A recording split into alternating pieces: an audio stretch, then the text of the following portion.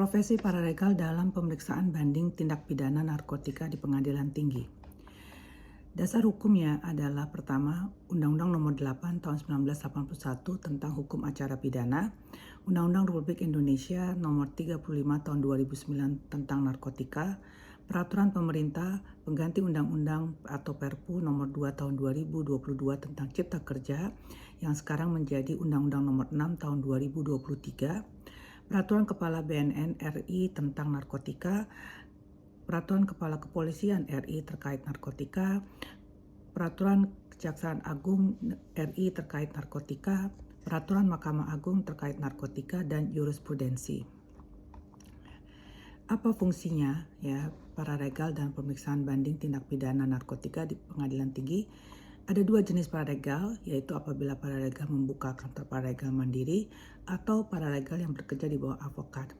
Untuk sesi hari ini kita akan membahas paralegal yang bekerja di bawah naungan advokat. Apa saja tugasnya? Pertama adalah kita harus memahami dulu apa itu upaya hukum.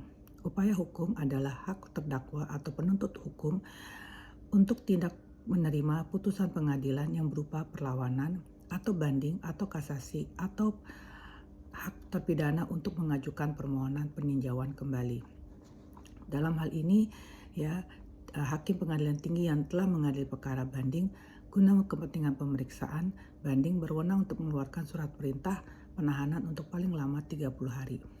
Jangka waktu 30 hari itu diperlukan untuk kepentingan pemeriksaan yang belum selesai dan dapat diperpanjang oleh Ketua Pengadilan Tinggi yang bersangkutan untuk paling lama 60 hari.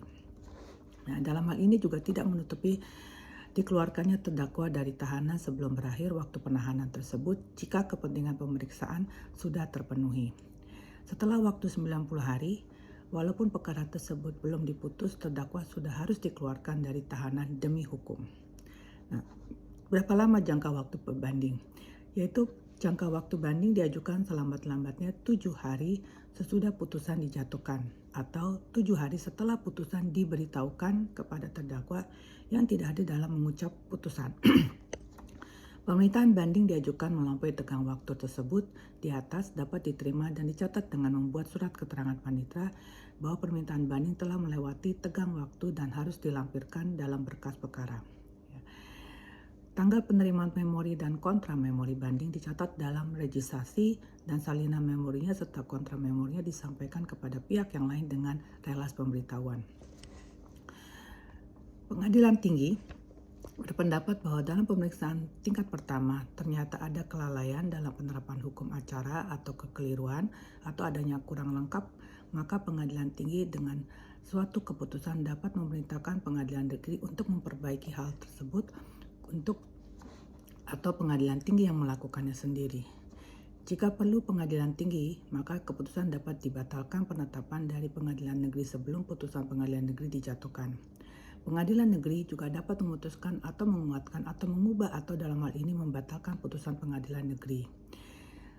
Jika dalam pemeriksaan tingkat banding terdakwa yang dipidana itu ada dalam tahanan, maka Pengadilan Tinggi dapat putusannya memerintahkan supaya terdakwa perlu tetap ditahan atau dibebaskan.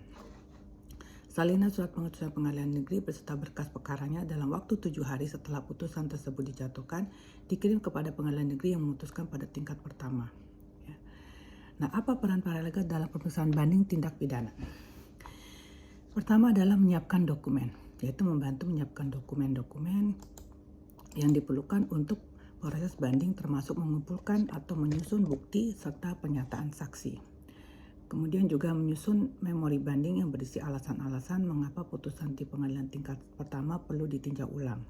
2. Melakukan riset hukum, yaitu terkait kasus narkotika dan mencari preseden yang relevan yang dapat mendukung argumen dalam banding.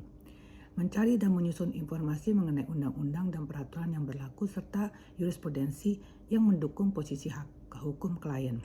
Ketiga, yaitu mendukung administratif, mengelola jadwal pengadilan dan memastikan semua tenggat waktu dipenuhi, menyiapkan dan mengatur file-file kasus agar terorganisir dan mudah diakses selama proses banding.